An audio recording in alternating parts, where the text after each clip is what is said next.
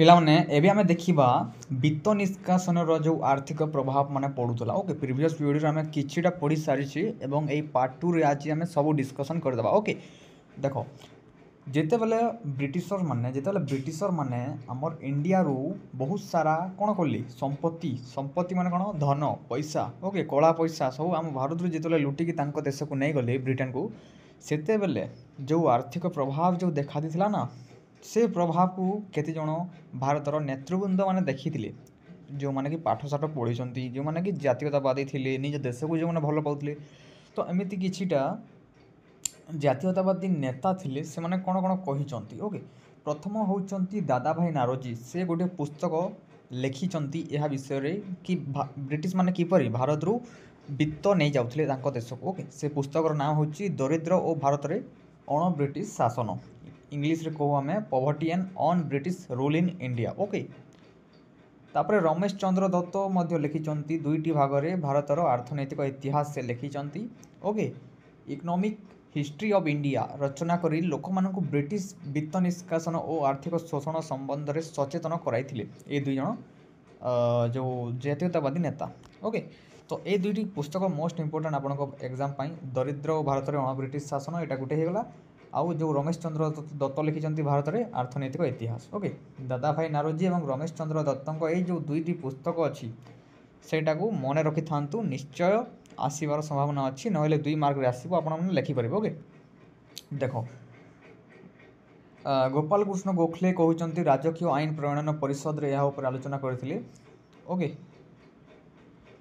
ନିଷ୍କାସନ ଅର୍ଥ ବ୍ରିଟେନର ପୁଞ୍ଜିବାଦ ବିକାଶ କଲା। ପିଲାମାନେ ଯେଉଁ ଆମ ଭାରତରୁ ଅବିରତ ବିତ୍ତ ନେଇଥିଲେ ତାଙ୍କ ଦେଶକୁ, ସେଇ ବିତ୍ତ ଯେଉଁ ନେଇକି ସେଟା କ'ଣ କଲା ବ୍ରିଟେନରେ, ସେଟା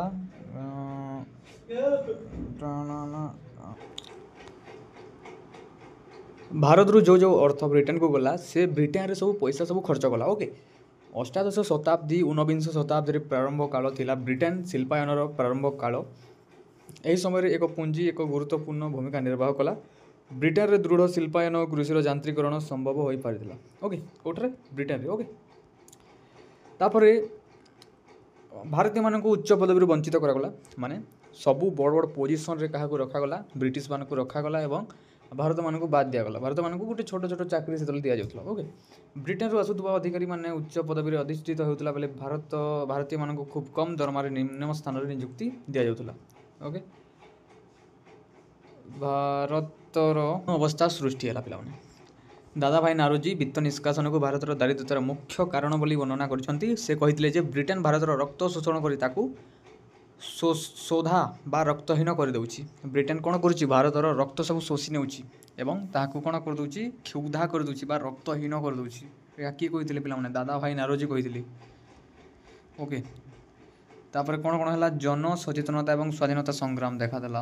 ଜାତୀୟ ସଂଗ୍ରାମ ବେଳେ ସ୍ୱାଧୀନତା ସଂଗ୍ରାମୀ ତଥା ଜାତୀୟ କଂଗ୍ରେସ ଏହି ବିତ୍ତ ନିଷ୍କାସନ ବ୍ରିଟିଶ ରାଜତ୍ୱର ଶୋଷଣ ନୀତିକୁ ଲୋକଲୋଚନକୁ ଆଣି ସେମାନଙ୍କୁ ସଚେତନ କରାଇଥିଲେ। ଓକେ, ତାପରେ ଏଇଟା ମୋଷ୍ଟ ଇମ୍ପୋର୍ଟାଣ୍ଟ ପିଲାମାନେ, ପରିବହନ ଏବଂ ଯୋଗାଯୋଗରେ କିପରି ଉନ୍ନତି ଘଟିଥିଲା। ବ୍ରିଟିଶ କାଳରୁ ଆମେ ଦେଖିବାକୁ ପାଉଛୁ ଯେ ଟେଲିଗ୍ରାଫ ଅଛି ଆମ ପାଖରେ ରେଲ ଅଛି ପିଲାମାନେ। ଓକେ, ଟେଲିଗ୍ରାଫ ଅଛି, ରେଲ ଅଛି, ଡାକ ବ୍ୟବସ୍ଥା ଅଛି। এই ବ୍ୟବସ୍ଥା ଗୁଡ଼ାକ ସେତେବେଳେ ଆସିଛି, ତ ଏଇ ବ୍ୟବସ୍ଥା ଉପରେ କ୍ୱେଶ୍ଚିନ୍ ନିଶ୍ଚିତ ଆସିବ ଏକ୍ଜାମ୍ରେ। ଓକେ, ଇଂରେଜମାନଙ୍କୁ ପୂର୍ବରୁ ପରିବହନ ଏବଂ ଯୋଗାଯୋଗ କିପରି ଥିଲା। ଦେଖ, ଇଂରେଜମାନଙ୍କ ପୂର୍ବରୁ, ସେମାନେ ନ ଆସିବା ପୂର୍ବରୁ କିପରି ଥିଲା ଭାରତର ବ୍ୟବସ୍ଥା। ଭାରତର ପରିବହନ ବ୍ୟବସ୍ଥା ଅତି ଅନୁନ୍ନତ ଅବସ୍ଥାରେ ଥିଲା। ବଡ଼ ବଡ଼ ସହରକୁ ସଂଯୋଗ କରୁଥିବା ରାସ୍ତାଗୁଡ଼ିକ ଉନ୍ନତମାନର ନଥିଲା। ଗ୍ରାମଗୁଡ଼ିକର ସଡ଼କ ପଥରେ ବଳଦ ଗାଡ଼ି, ଘୋଡ଼ା, ଓଟ, ଗଧ ଆଦି ମାଧ୍ୟମ ଥିଲା। ଓକେ, ଜଳପଥରେ ନୌକା, ଭେଳା ସାହାଯ୍ୟରେ ପଣଦ୍ରବ୍ୟଗୁଡ଼ିକ ଗୋଟିଏ ସ୍ଥାନରୁ ଅନ୍ୟ ସ୍ଥାନକୁ ନିଆଯାଉଥିଲା। ରେଲପଥ, ଏହାର ପ୍ରବର୍ତ୍ତନ ନିମନ୍ତେ ଭାରତର ଇଂରେଜ ଶାସକମାନେ ଲଣ୍ଡନରେ ନ୍ୟାୟସଙ୍ଗତ ଯୁକ୍ତି ଉପସ୍ଥାପିତ କରିଥିଲେ। ଓକେ, ରେଲପଥ ପାଇଁ ଇଂରେଜମାନେ କେଉଁଠାରେ, ଲଣ୍ଡନରେ ସେମାନେ ସୁପ୍ରିମକୋର୍ଟରେ ସେମାନେ କହିଥିଲେ। ଓକେ, କି ଆମେ ଭାରତରେ ରେଳ ସୃଷ୍ଟି କରିବୁ, କାରଣ ଭାରତର ସବୁ ଆଡ଼ମିନିଷ୍ଟ୍ରେଟିଭ୍ କି ସମ୍ଭାଳୁଥିଲା ଲଣ୍ଡନରେ। ସେମାନେ ସେଠାରେ ଯେଉଁ ସୁପ୍ରିମକୋର୍ଟ ଥିଲା ବା ତାଙ୍କର ଜୁଡ଼ିସିଆରୀ ଥିଲା, ସେମାନେ ସବୁ ଏକ୍ଜିକ୍ୟୁଟିଭ୍ କରୁଥିଲେ, ସବୁ ଜିନିଷ ମାନେ ସେଠାରେ ହିଁ ସମ୍ପାଦନ ହେଉଥିଲା। ଭାରତରେ କିଛି ନଥିଲା।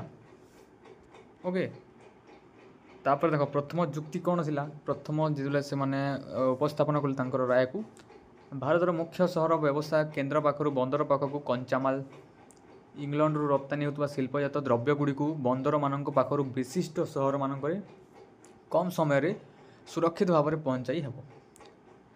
ଦ୍ୱିତୀୟ ଯୁକ୍ତି କ'ଣ ହେଇଥିଲା? ରାଜା ମହାରାଜା କିମ୍ବା ଅସନ୍ତୁଷ୍ଟ ଆଦିବାସୀ ଚାଷ ତଥା ସାଧାରଣ ଲୋକଙ୍କର ବିଦ୍ରୋହର ଦମନ ପାଇଁ ଆଣୁ ସୈନ୍ୟବାହିନୀ ପ୍ରେରଣ ଆବଶ୍ୟକ। ତୃତୀୟ ଯୁକ୍ତି କ'ଣ ପିଲାମାନେ? ପ୍ରଶାସନ ପାଇଁ ସୁବିଧାଜନକ ହେବ।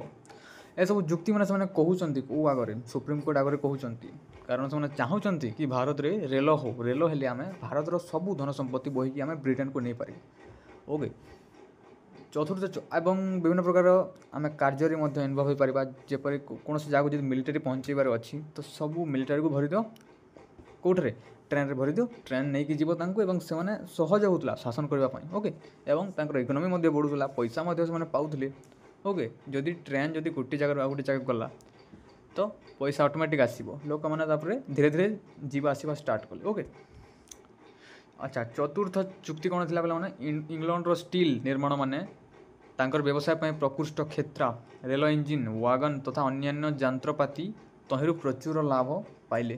ଓକେ, ଭାରତରେ ରେଳପଥର ବିକାଶ କିପରି କିପରି କ'ଣ କ'ଣ ହେଲା, ଏଥିରେ 1 ମାର୍କ କ୍ୱେଶ୍ଚିନ୍ ମଧ୍ୟ ଅଛି। ଓକେ, ଏଠାରେ ପ୍ରଥମେ ପଦକ୍ଷେପ କିଏ ନେଇଥିଲେ ପିଲାମାନେ? ଯେଉଁ ବ୍ରିଟିଶ ଭାରତରେ ଚାହିଁଥିଲେ କି ରେଳପଥ ହେଉ, ସେ କିଏ ଥିଲେ? ଲର୍ଡ଼ ଡେଲାହାଉସି। ପିଲାମାନେ ଏହାଙ୍କ ନାମ ମନେ ରଖନ୍ତୁ। ଲର୍ଡ଼ ଡେଲାହାଉସି ଭାରତରେ ପ୍ରଥମେ ପ୍ରଚଳନ ନିମନ୍ତେ ପଦକ୍ଷେପ ନେଇଥିଲେ। 1853ରେ ପ୍ରଥମ ରେଳ ଇଞ୍ଜିନ୍ ବମ୍ବେ ଏବଂ ଥାନେ ମଧ୍ୟରେ ପ୍ରଥମ ଥର ପାଇଁ ଚାଲିଥିଲା। ଏଇଟା ଇମ୍ପୋର୍ଟାଣ୍ଟ। ଓକେ, ଭାରତରେ ରେଳ ପ୍ରଥମେ କେଉଁଠାରୁ କେଉଁ ଜାଗାକୁ ଯାଇଥିଲା? ଓକେ, ବମ୍ବେରୁ ଥାନେକୁ ଯାଇଥିଲା ଏବଂ କେବେ ଯାଇଥିଲା? 1853ରେ। ଓକେ, ଏବଂ କାହାଙ୍କ ଦ୍ୱାରା? ଲର୍ଡ଼ ଡେଲାହାଉସିଙ୍କ ଦ୍ୱାରା। ଓକେ, 1854ରେ 2 ନମ୍ବର ରେଳପଥ କଲିକତା ଏବଂ ରାଣୀଗଞ୍ଜ ମଧ୍ୟରେ ଚାଲିଥିଲା। 1869 ମସିହାରେ ଶେଷ ବେଳକୁ ଭାରତରେ ମୋଟ 6000 କିଲୋମିଟରରୁ ଉର୍ଦ୍ଧ୍ୱ ରେଳପଥ ନିର୍ମାଣ କରିଥିଲେ। 1880 ମସିହା ପରେ ଘରୋଇ କମ୍ପାନୀ ଓ ସରକାର ଉଭୟ ମିଶି ଭାରତରେ ରେଳପଥ ନିର୍ମାଣ କରିଥିଲେ। ଓକେ, ଧୀରେ ଧୀରେ ଧୀରେ ଧୀରେ କ'ଣ ହେଇଛି? ଧୀରେ ଧୀରେ ଧୀରେ ଧୀରେ ରେଳପଥର ବିକାଶ ହେଇଯାଇଛି ପିଲାମାନେ। ଓକେ, ଧୀରେ ଧୀରେ ଆମେ ଦେଖିବାକୁ ପାଉଛୁ। 1905 ମସିହା ବେଳକୁ ଭାରତରେ ପ୍ରାୟ 45,000 କିଲୋମିଟର ରେଳପଥ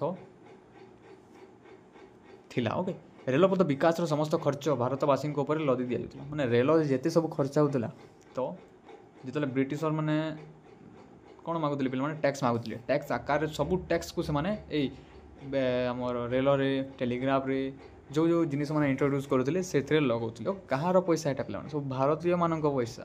ବ୍ରିଟିଶର ଏଠାରେ ଇନଭଲ୍ଭ ନଥିଲେ, ସେମାନେ ତାଙ୍କର ପଇସା ନଥିଲା, ସବୁ ଭାରତୀୟଙ୍କ ପଇସା। ଓକେ, ଓକେ, ଆମେ ଏଠାରେ ଦେଖିଲେ କ'ଣ ପିଲାମାନେ? ଏଠାରେ ଦେଖିଲେ ରେଳପଥ ଦେଖିଲେ। ସେକେଣ୍ଡ ଆମେ କ'ଣ ଦେଖିବା? ଟେଲିଗ୍ରାଫ। ଇଂରେଜ ମାନେ ଟେଲିଗ୍ରାଫ ବ୍ୟବସ୍ଥା କଲେ। ଭାରତରେ ଇଲେକ୍ଟ୍ରିକ୍ ଟେଲିଗ୍ରାଫ ପ୍ରଚଳନ ମଧ୍ୟ ଏକ ଯୁଗାନ୍ତକାରୀ ପଦକ୍ଷେପ ଥିଲା। ଲର୍ଡ଼ ଡେଲାହାଉସି ଭାରତରେ ଏହାର ପ୍ରଚଳନ ନିମନ୍ତେ ପଦକ୍ଷେପ ନେଇଥିଲେ। ଏଇଟା ବି କିଏ? ଲର୍ଡ଼ ଡେଲାହାଉସି। ଓକେ, ଖୁବ୍ କମ୍ ସମୟରେ ସମ୍ବାଦ ସରବରାହ ସମ୍ପାଦିତ ହୋଇପାରିଥିଲା। 1853 ମସିହାରେ ପ୍ରଥମ କଲିକତା ଆଗ୍ରା ମଧ୍ୟରେ ଟେଲିଗ୍ରାଫକୁ ଆରମ୍ଭ କରାଗଲା। କେବେ? 1853ରେ କଲିକତା ଏବଂ ଆଗ୍ରା ମଧ୍ୟରେ ପିଲାମାନେ ଟେଲିଗ୍ରାଫକୁ ଆରମ୍ଭ କରାଗଲା। ଓକେ, ଯାହାଫଳରେ ଇଜି ହେଇପାରିଲା, ଗୋଟିଏ ସ୍ଥାନରୁ ଆଉ ଗୋଟିଏ ସ୍ଥାନକୁ ଫୋନ୍ କରିହେବ। ଓକେ, ଆଉ ଗୋଟେ ହେଉଛି ପିଲାମାନେ ଡାକ ବ୍ୟବସ୍ଥା। ମୁଁ ଯେପରି କହିଥିଲି ଡାକ ବ୍ୟବସ୍ଥା ବି ଇମ୍ପୋର୍ଟାଣ୍ଟ। ଡେଲହାଉସି ନୂଆ କରି ଡାକ ଟିକେଟ୍ ପ୍ରଚଳନ କରିଥିଲେ, ଟିକେଟ୍ ଦେଇଥିଲେ। ଓକେ, ଏହା ପୂର୍ବରୁ ଡାକରେ ଆସୁଥିବା ପତ୍ରର ଗ୍ରାହକଙ୍କୁ ଦେୟ ଦେବାକୁ ପଡ଼ୁଥିଲା। ପ୍ରଥମେ କ'ଣ ହେଉଥିଲା? ଯେତେବେଳେ ଗୋଟେ ଡାକକୁ ଚିଠି ଆସୁଥିଲା, ଓକେ ସରି, ଯେତେବେଳେ ଗୋଟେ ଡାକ ପୋଷ୍ଟକୁ, ମନେକର ଏଠାରେ ଗୋଟେ ଦୋକାନ ଅଛି, ଡାକ ଦୋକାନ, ଏଠାରେ ଯଦି ଗୋଟେ ଲୋକ ଆସିବ ତ ତାକୁ ପଇସା ଦେବାକୁ ପଡ଼ୁଥିଲା କି ଏଇ ଚିଠିକୁ ତୁମେ ଏଠାକୁ ନେଇକି ଯାଅ। ତ ସେଇ ଯେଉଁ ପଇସାକୁ ବ୍ୟାନ୍ କରାଗଲା। ଓକେ, ଏମାନେ ଆରାମସେ ଏଥର ଟିକେଟ୍ ପ୍ରଚଳନ କରିପାରିଲେ। ଡାକ ବ୍ୟବସ୍ଥାରେ ବିନା ପଇସାରେ ତୁମେ ଚିଠି ପ୍ରେରଣ କରିପାରିବ। ଓକେ, ପ୍ରଥମେ ଗ୍ରାହକଙ୍କୁ ଦେୟ ଦେବାକୁ ପଡ଼ୁଥିଲା, ମୁଁ ଯେପରି କହିଲି। ବେଳେ ଏବେ ପ୍ରେରକ ଡାକ ମହାଶୁଲ ଦେଇ ଡାକ ଟିକେଟ୍ ଲଗାଇ ପତ୍ର ପ୍ରେରଣ କଲା। ଡେଲହାଉସି ମଧ୍ୟ ଡାକ ମହାଶୁଲକୁ ହ୍ରାସ କଲେ। ସମଗ୍ର ଦେଶରେ ଡାକ ମହାଶୁଲର ଦର ସମାନ ରଖିଲେ। ଓକେ, ଦର ସବୁଠାରେ ସମାନ ହେଲା ଡାକ ମହାଶୁଲର। ପତ୍ର ପ୍ରେରଣ ପାଇଁ ଅଧଅଣା ବା 2 ପଇସା ଦର ଧାର୍ଯ୍ୟ ହେଲା। ଓକେ, ପତ୍ର ପ୍ରେରଣ ପାଇଁ ପ୍ରତ୍ୟେକ ପ୍ରଦେଶରେ ଜଣେ ଲେଖାଏଁ ଡାକ ଡାଇରେକ୍ଟର ଜେନେରାଲ ଆପଏଣ୍ଟ କରାଗଲା, ନିଯୁକ୍ତି ହେଲେ। ଡେଲହାଉସିଙ୍କ ସଂସ୍କାର ଫଳରେ ଭାରତରେ ଡାକ ସେବା ବିସ୍ତାରିତ ହେଲା। ଡେଲହାଉସିଙ୍କ ଦ୍ୱାରା ପିଲାମାନେ ରେଳ ଇଞ୍ଜିନ୍ ହେଇଛି, ଡାକ ସେବା ହେଇଛି। ମୁଁ ଏବେ କହିଛି ଏଇଟାରେ देख लॉर्ड डेलाहाउसी एवं एठारे मध्य लॉर्ड डेलाहाउसी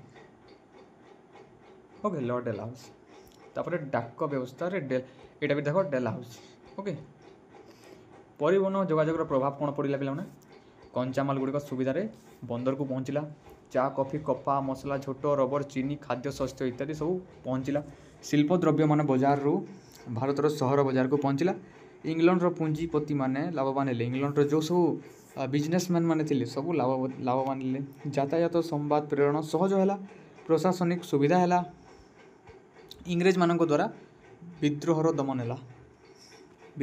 है भारत में जातीयतावाद विकास है पे भारत में जो सब जातीयतावाद था विकास है सब व्यक्तिर निज देश प्रति भल पाइबा आसला ओके जो सब विद्रोह हो पारे आम जो भारतीय नेता मैंने विद्रोह करते इंग्रेज मान विपक्ष ताहाकू आराम रे दमन कर पारे इंग्रेज मैंने कारण सुविधा होती कौ सुविधा ये जो सुविधा होती परिवहन जोगाजोग से रेल रे आराम रे ठाणु आगे ठाकू सैन्य पठे पारुले टेलीग्राफ रे आराम से जानी पारुले सबकि डाक व्यवस्था जना पड़ूला तो एपरी किसी उन्नति भारत में देखा देला जो इंग्रेज मैंने भारत को आसी ओके एबे देखिबा पिला माने भू राजस्व नीति ओके भू राजस्व नीति माने कौन भू माने होची जमी ओके भू माने कौन जमी राजस्व माने कौन टंका तो जमी रू जो टंका नि आयुतला ना ताको कहला भू राजस्व नीति ओके तीन प्रकार भू राजस्व थिला गोटे होची चिरस्थायी बंदोबस्त गोटे होची रयतवारी बंदोबस्त आ गोटे होची महलवारी बंदोबस्त ओके प्रथमे देखिबा चिरस्थायी बंदोबस्त कौन अच्छी 1786 मसीह भारत को बड़लाट हो आसिले लॉर्ड कॉर्नवालिस 1793 चिरस्थायी बंदोबस्त प्रचलन कले यह बंग बिहार रे प्रचलन करागला चिरस्थायी बंदोबस्त व्यवस्था को पर ओडिशा तथा मांद्राजर उत्तरवर्ती जिला एवं वाराणसी मध्य प्रचलन करागला ओके जितेबाला भारत को बड़लाट हो आसिले 1786 मसीह लॉर्ड कॉर्नवालिस 1793 चिरस्थायी बंदोबस्त प्रचलन करते से ओके क्यों क्यों स्टेट रे बंग बिहार रे प्रचलन करा जायतिला ओके चिरस्थायी बंदोबस्त व्यवस्था को पर ओडिशा तथा मांद्राजर उत्तरवर्ती जिला एवं वाराणसी मध्य प्रचलन करा जायतिला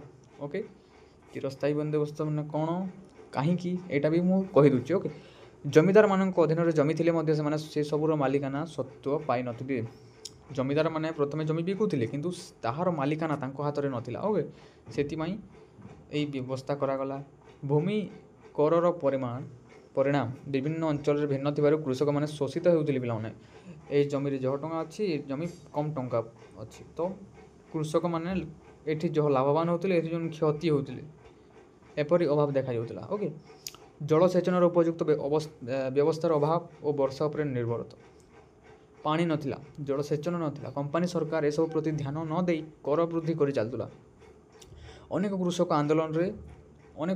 आंदोलन देखा देता से देख अनेक कृषक से आंदोलन करते पे अनेक कृषक कौन करते आंदोलन करते अनेक कृषक आंदोलन से समय घटीला ब्रिटिश शासन स्थापन विस्तार पर कंपनी खर्च अभिवृद्धि घटिला मात्राधिक राजस्व असूल विशेष आवश्यक हो पड़ा वारेन हेस्टिंग्स भू राजस्व संस्कार फलप्रद हो पारि नथिला ओके वारेन हेस्टिंग्स को ए जो संस्कार थिला ता फलप्रद हो पारि नथिला तो एथरे किछि नाही पिला माने देखो लॉर्ड कॉर्नवालिस आसिले जेतले बड़लाट हेकी से 1793 गोटे चिरस्थायी बंदोबस्त करथिले जोठारे कि समस्त पावर काहाकू दियागला जमीदार मानकू दियागला एवं जमीदार कौन करेंगे से माने मागिबे कौन मागिबे कर मागिबे लोक मानक ठारू एवं जमीदार निज जमी मध्य से देवे चाष करबा पई ओके एवं जेतेबेले ब्रिटिश माने जमीदार को मागुथिले जमीदार को देबा को ही पड़ुथला ओके ताहा थिला चिरस्थायी बंदोबस्त ओके एथि किछि ना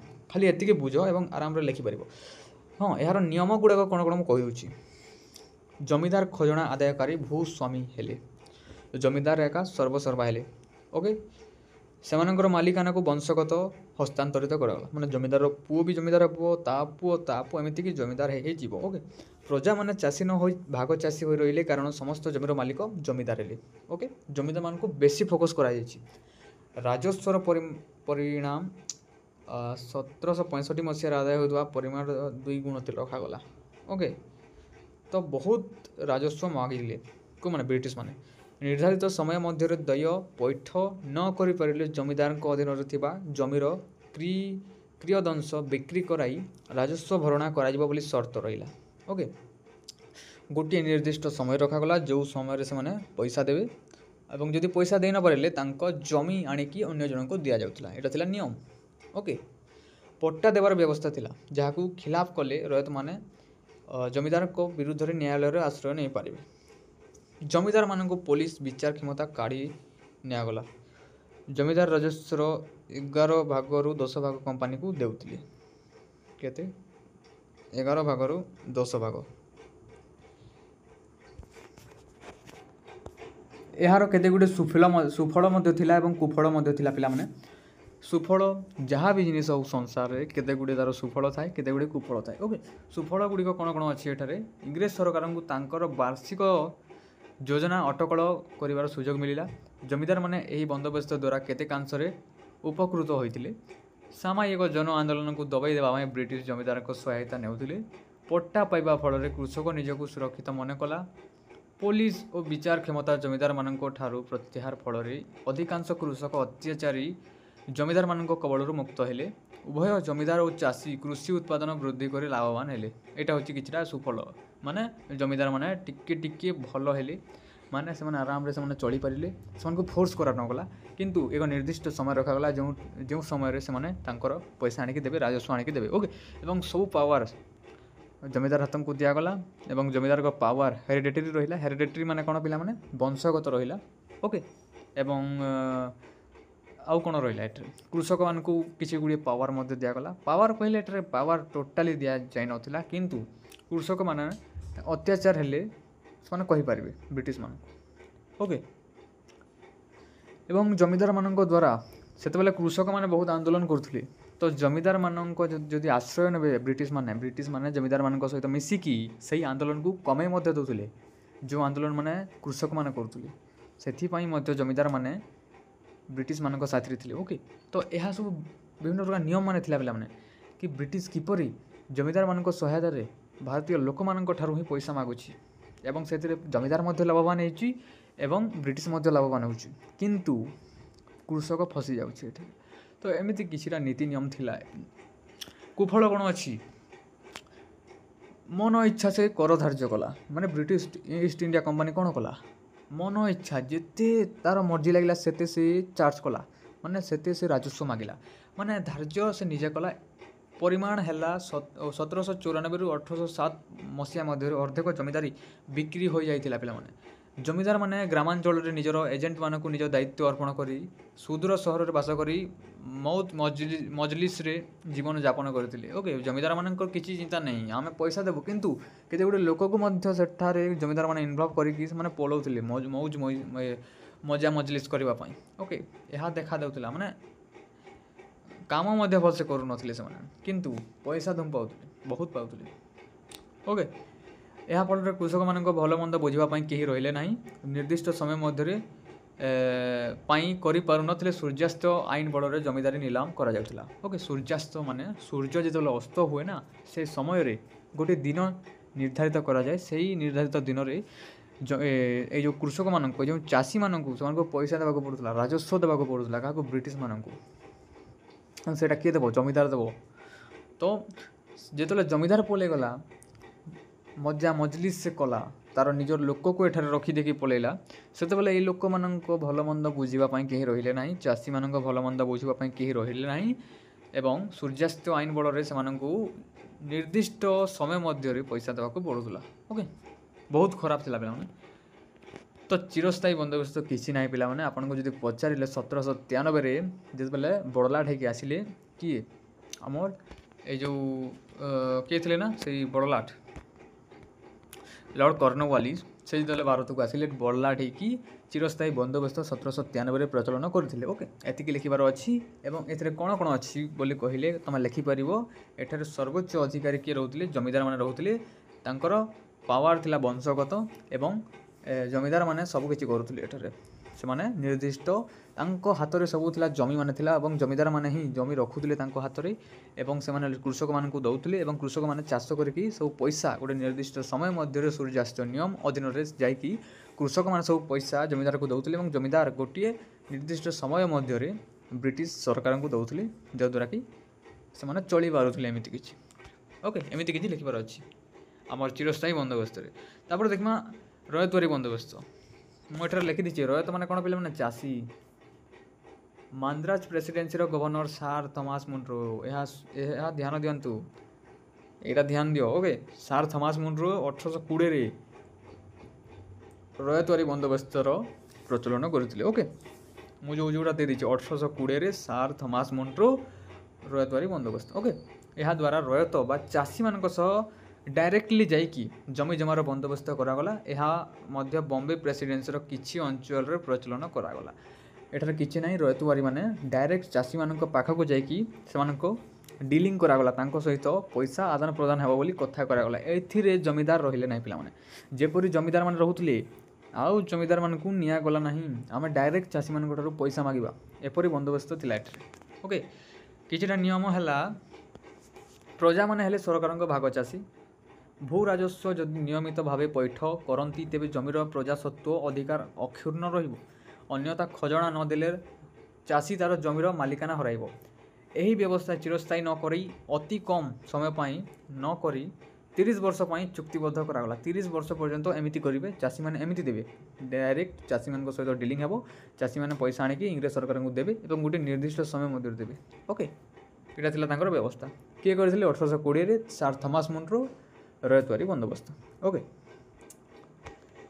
रयतवारी बंदोबस्तर प्रस्ताव पिला माने सॉरी प्रभाव ओके इफेक्ट कौन पड़ा आम समाज पर रयत मानकर आर्थिक अवस्था कौन उन्नति हो पारि नथिला निजर गुजुराण मेंटाइवाई कष्ट साध्य थिला चाषी मैंने चली पारि नथिले एपरि टैक्स से माने मागुथिले इंग्रेज मैंने जद्वारा कि चाषी मैंने रही पारु नथिले कठपैठ और सामाजिक रीतिनीतिर पालन निमंते से ऋणग्रस्त होगा पड़ूला ओके ऋण आणिकी पैसा दौले गाँ महाजन मैंने आर्थिक दुर्गति फायदा उठाई से हैरान करुले गाँव महाजन मैंने सब गाँव गोटे गोटे महाजन था ना से महाजन मैंने जेहेतु पाखे बहुत पैसा अच्छी तो से चाषी मानक से कौन करुले फायदा उठे हैरान करुले ओके मरुड़ी बन्या जदि आसूला चाषी मैंने कौन करेंगे यार रयत मान खजना देहरे कौन छाड़ मिलू ना माने बन्या जदि है मरुड़ी जदि है बेले भी से माने पैसा निश्चय देवे फसल बही जाऊ बा फाटी जाऊ ओके से पैसा निर्दिष्ट समय ही देवाक पड़ूला तो बहुत कष्ट थिला से ओके तो रयतवारी चिरस्थायी आपण मैंने जानिले देन देखा महलवारी यहाँ लास्ट ओके महलवारी माने गाँ केते गुड़े गाँ को लेकिन गोटे महल सृष्टि होता महल माने कौन पे केते गुड़े दरबार ओके केते गुड़े गाँ को लेकिन गोटे महल हुए तो ताकू महलवारी तो गांगे उपत्यका हो उत्तर प्रदेश हो मध्य प्रदेश हो केतेक जगार पंजाब रे मध्य जमीदार बंदोबस्त एक संशोधित रूप को प्रचलन कराइला महलवारी बंदोबस्त कहगला 1822 रे हल्ट मैकेंज प्रचलन करते ओके 1793 चिरस्थायी आसला 1820 रे कौन आसला आम रयतवारी एवं 1822 रे कौन आसला आम महलवारी ओके ये ध्यान देव एटा जो अच्छी एटार जो अच्छी ना 1822 रे हल्ट मैकेंज प्रणयन करते ओके उपरोक्त अंचल गुड़िक केते गुड़े गाँव समष्टि को महल बोली कहला केते गुड़े गाँ नौले से गाँव मिश्रण को केते गुड़े जेपरी आम केते गुड़े गाँ को लेकिन गोटे कौन हो पे गोटे ब्लॉक हुए सेपरी एमती करुले केते गुड़े गाँ को लेकिन महल कर दौले जेपरी केते गुड़े गाँ को लेकिन गोटे पंचायत हुए ना एपरी ओके ब्लॉक आम कहीपर ना ब्लॉक बहुत बड़ होगा केते गुटे गाँ को लेकिन गोटे पंचायत कर दौले माने पंचायत माने कौन महल कर दौले से तो से महल करके से डायरेक्ट पैसा आणुले सामूहिक भाव में ग्राम बा महल पक्षर ग्रामर मुखिया बंदोबस्त करुले ए व्यवस्था मध्य गरीब कृषकर आर्थिक अवस्थार उन्नति आनिबारे सहायक होई नथिला। अच्छा तापरे लास्ट पिला माने महलवारी बंदोबस्तर कुफल सुफल केते गुटे भल जिनिस मध्य अछि एई व्यवस्थार केते गुटे खराब जिनिस मध्य अछि।